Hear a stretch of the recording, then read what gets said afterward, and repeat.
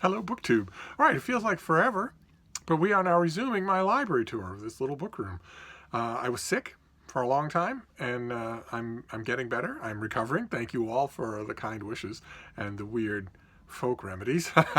But to put it mildly, I could have continued with the library tour, but I kind of wanted to start from the top and go down on this next thin bookcase. And there's no way that I was going to get up on a footstool when I was feeling wobbly. I could have continued by doing the bottom shelf and going up, but that grated against me. So now I'm up on a footstool. No one is around, so if anything happens, it's on your head. And we're going to do this next bookcase, and we'll start with the transverse books. You are going to notice a theme. Very early on in this bookcase, you are going to notice a theme, and it is very prevalent, almost all the way down to the floor, I'd bet. This is one of the concentration of books on books and book reviewing and publishing. I have a great number of those books. They all ought to be crammed into one big bookcase, and the end effect of this library tour will be for me to do that. But you're going to notice that. I can tell. I can just glance at this shelf, and I don't need to glance at the shelf for this library tour, because the books on publishing and the collection of book reviews especially is one of only two places where I can be found just sort of standing, pulling books off the shelf, standing there and consulting in seventh heaven. That and the Penguin bookcase are the only two of my bookcases in any room of Hyde Cottage where I can regularly be found doing that. So what have we got first? Oh, okay. The first two are these classic old little hardcovers from Edwin Wilson. This is The Shores of Light and The Bit Between My Teeth, and they are literary chronicles. These are different from his dated, the collections of his that have dates, the 1940s, 1950s, 1930s.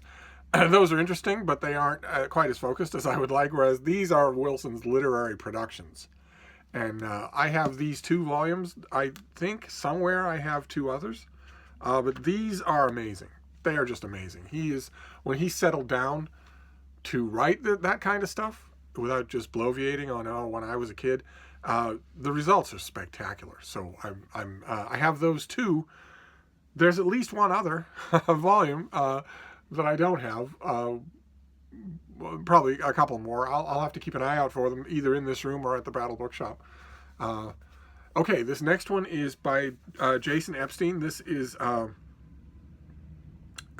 little bit outdated now, and is not quite the same thing. You're going to notice there'll be a little variation in emphasis here. These are not collected literary essays. Instead, this is Jason Epstein's book, Book Business, about his adventures in publishing and whatnot. Considerably old. The publishing industry has changed quite a bit since this came out in 2001. So, but still really interesting. A lot of his anecdotes are really interesting. Oh, great. Okay. All right. This is A.S. Byatt. This is the hardcover of Passions of the Mind. I'm seeing now that it really needs to be reinforced. It's kind of battered. But this is a selection of her deadline prose. Almost every major author that you can think of, going back hundreds of years, going back to Samuel Richardson and Daniel Defoe. Almost every major writer that you can think of patched and spackled the weekly household expenses together by doing deadline book reviewing or book essays of one kind or another. Almost all of them did. Only a tiny fraction of that work has ever been collected. And A.S. Byatt is a perfect example. What have we got here? What kinds of things do we write about here? This is a well put together book. George Eliot, of course. There's a whole section on George Eliot. She's so good on George Eliot. Her essay, George Eliot, A Celebration, is justly celebrated itself. Willa Cather, Elizabeth Bowen, Toni Morrison, Sylvia Plath.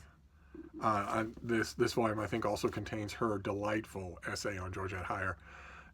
And A.S. Byatt is a perfect example. We're going to come across many of those examples, I bet, in this part of the library tour. She's a perfect example of an author whose fiction I like much less than I like this kind of stuff. Granted, I'm going to like this kind of stuff anyway. This is the kind of stuff that I love to read. It's the kind of stuff that I myself spend all day long, every day writing. So I'm predisposed, but still, I'm going to leave this volume aside. I'm going to toss it onto the little pre-war bed because it needs reviving. Okay, all right. This is a classic. This author is a classic. He can do no wrong. This is Clive James. This is latest readings, and this is him.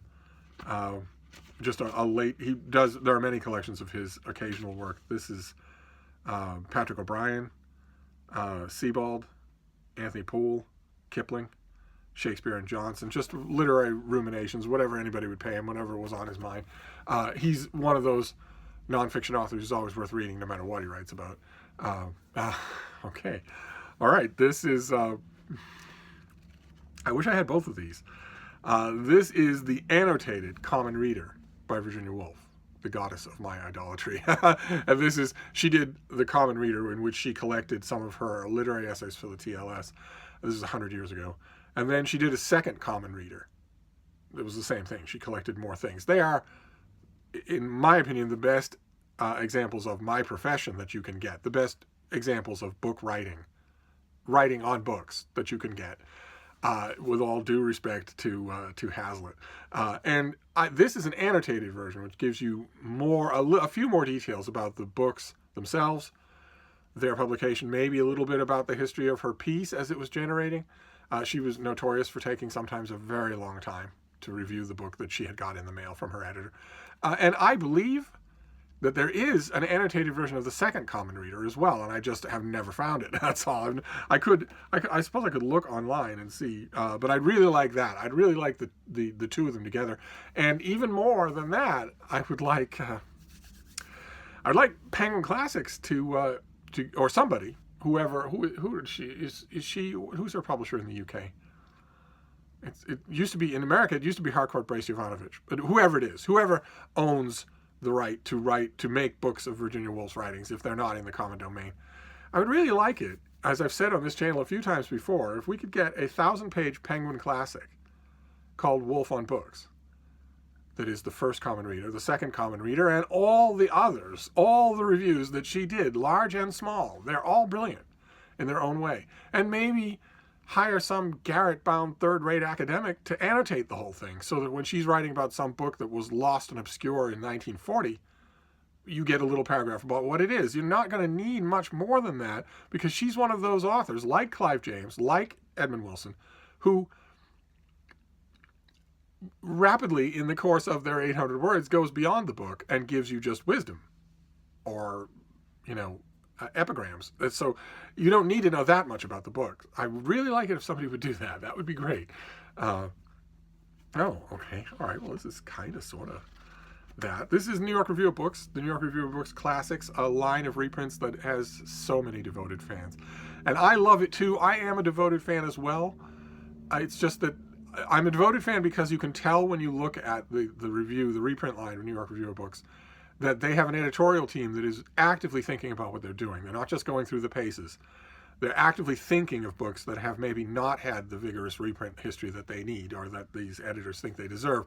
And I love that. I wholeheartedly champion that kind of attitude. The only reason I'm not out in the streets about it is because my own taste in books doesn't overlap with that editorial team almost at all. Which means that every time they come out with a new volume and all the literati in New York City go crazy, I'm saying, well, yeah, it's worthwhile that was reprinted. Good. That's great. Every once in a while, there are exceptions. They did Vasily Grossman's Life and Fate, and then later on, they did Stalingrad by Vasily Grossman. And here's another one, of course. This is the collected essays of Elizabeth Hardwick in a lovely, understated, big, thick volume that has all sorts of stuff. We are going to encounter Elizabeth Hardwick again on this tour. But, since we're only at the 9-minute mark, we were doing the transfer books that were piled on top of these books on the shelf, causing them to cock. But we're not that far along, so let's do this top shelf as well and try and make up for lost time since we missed a few days. Okay, this is the Historical Fictions by the great Hugh Kenner, who, when he gets a book between his teeth, shreds it to pieces. And he does that all throughout here. These are some of the most highbrow and thorough vivisections of books and authors that you will ever read. It's so delightful to read. Okay, I'm not quite sure where I'm going to put these things. I'll find a way here.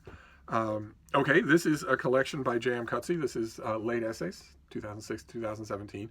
Again, these are, to call these essays in the same breath that you call Hugh Kenner, is a little bit, it's an elastic term. It's a large umbrella. Coetzee writes, long, thoughtful pieces, but they are mostly book considerations, and they are mostly driven by the market. So there'll be a new biography of Charles Dickens. There'll be a new study of the racial politics of Rudyard Kipling or whatever, and he will weigh in on it for the New York Review of Books or whatever. They are still very good. It's just these things vary. That's all I'm trying to say. Oh, okay. All right. This is a literary study. This is not a collection of deadline pieces, I don't think. Oh, no, it might be. This might be. It might be given a highfalutin title, but I think this might be, this is J.A. Sutherland, Victorian Novelists and Publishers. And that sounds like it's a concerted study, but if I remember correctly, this might not be that. There are discrete, detachable chapters on Trollope and Dickens and whatnot. So I have read the Trollope chapter many times in that book. I pull these things down all the time and read these things. So this next one is just exactly what we're talking about. This is, this is just a collection of deadline prose. Yep, this is Anthony Curtis. This is Lit Ed. Wrote for the TLS and all sorts of other venues, and just here collects what he considers to be his best work. So we have Graham Greene, reflections on his time in the publishing world, Hollywood. I probably haven't read the whole of this in quite some time. I'll have to. This is going to tempt me. This whole section of the bookcase is going to tempt me. A lot of times, what I will do, as I've mentioned, is come through here and look specifically for something. I will be looking specifically for, which authors have written about which authors, and that ends up being very helpful to me. But it also means that there are large chunks of some of these books that I haven't read properly in quite some time. That's not good. Okay. All right, this is a publishing memoir from a long time ago. This is the great Bliss Perry. This is called Park Street Papers, and those of you, well, no, actually none of you will recognize Park Street, that facade. This is his memoir about his time at the Atlantic Monthly in their old offices overlooking Boston Common, and it's just charming, just completely charming. I love it so much. Okay, this is Edmund Goss. This is Books on the Table. It's faded all over. I had to dig it in with a pen on my spine there just so I'd be able to tell what it was by looking at the shelf instead of pulling it down every single time. And this is also collected deadline prose from the author of the famous memoir Father and Son. This has, pieces on Jane Austen and Jonathan Swift and whatnot. And he's terrific to read. Bit of a sad sack, but terrific to read. Okay, all right. Here's another, this is another example of the A.S. Byatt thing. This is There Is Simply Too Much to Think About. That's the title of the book. Once again, I stress to publicists and publishers and authors out there that Steve's services as a titler of books are available free of charge day and night. There is no reason to let a tragedy like There Is Simply Too Much to Think About happen to you. But that's what this thing is called. And this is collected nonfiction of Saul Bellow. And this is another example, even more profound example than A.S. Byatt, of an author whose fiction has never really done it for me, but whose nonfiction I tend to like. This is just a big Penguin collection of that nonfiction. Okay. All right, here she is again. This is the great Elizabeth Hardwick. This is Bartleby in Manhattan, this is a collection of her work that came out before the New York Review of Books thing. So I imagine, I've never actually done a rundown just piece by piece, but I imagine everything that's in here is in that book. It's just, this has such fond memories because once upon a time, this was every book person was buying this at the Strand and knew it and was reviving old memories and remembering, taking out old yellowed copies of the New York Review of Books to remember when they first read these pieces. And now here they were in a book. And there's a bit of a classic feel to that doesn't tend to transfer to much larger collections. So you have an example of this. Bartleby in Manhattan is one of those. Hard to explain what I'm talking about. You'd think, well, if this is a collection of her literary essays and you love her literary essays, then doesn't it follow that any bigger collection of her literary essays that includes everything in here you'll love even more? But you fall in love with a particular collection. And even when the gigantic Vade Mecums come along, you still are in love with that collection. Another example I can think of is Gore Vidal, Homage to Daniel Shays, with is the volume that everybody talked about. It's the volume that everybody walked around with. And then years later, United States came out. And yes, it includes everything, and it's much, much bigger, but, well, I never said this tour would make a lot of sense, right? Okay, this is an old, I love this thing so much. I shouldn't, but I do. This is an old collection a collection of nonfiction pieces by various book section editors, book reviewers, publishers, authors on book reviewing. That's all it is, just a collection of well-meaning, earnest essays on how to break into book reviewing, what things to do, what things not to do. I thought it was just so hilarious, and love it. It actually is. There's lots of food for thought in there. Okay, all right. This is the great Peter Prescott. I think Peter Prescott is probably dead by now. This is Never in Doubt, a collection of his literary essays.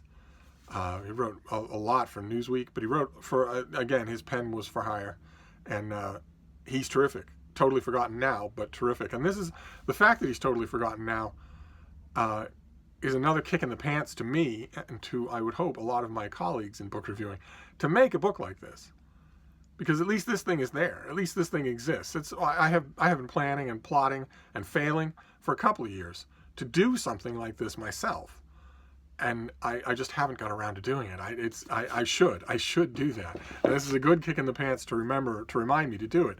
I want to do a series of books called The Year in Reviews, where I collect all the reviews that I've done in a given year, expand them with an introduction, expand the reviews, add footnotes to say a little bit about the review, the process, a little bit about the book, a little bit what didn't get in the review, and that sort of thing, and then make an index and put that out as an electronic book, as an ebook that you can all just buy. So you can have, if you want, so that if you're interested, you can spend $1 and get all of that work all in one place instead of, because I publish in a lot of places. So, I keep meaning to do that. I meant to have a manuscript done on that, 9/10 done by now.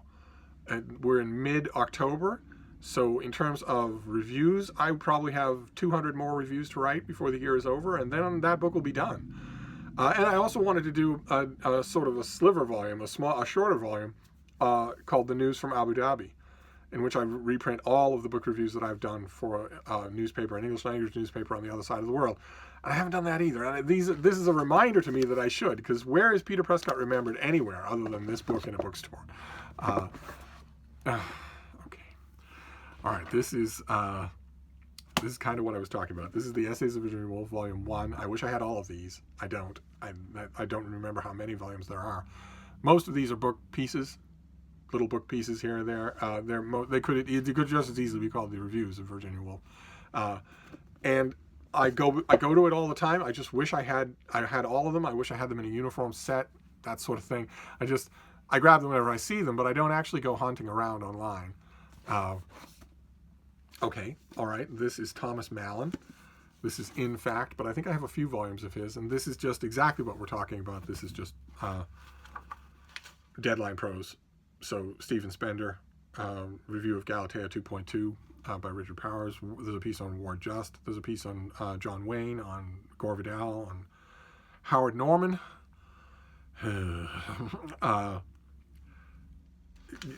That's what this is. I mean, there's a bit of other stuff in here, but that's the reason. That's the thing that I pull this down off the shelf most often for, is his occasional book prose, especially if it's got some sort of tangential connection to something I'm writing about myself. Okay, and then this last thing. So we got to 20 minutes. That's good. So we did the whole of the top of this thing in 20 minutes. This is William Dean Howells, the author of The Rise of Silas Lapham, and this is his criticism and fiction and other essays. This is a collection of his literary essays, literary reviews, that sort of thing. This is much smaller than the full thing would be. He wrote all the time. And he wrote a lot of deadline prose, occasional prose about books, about authors, about literary occasions, all that sort of stuff.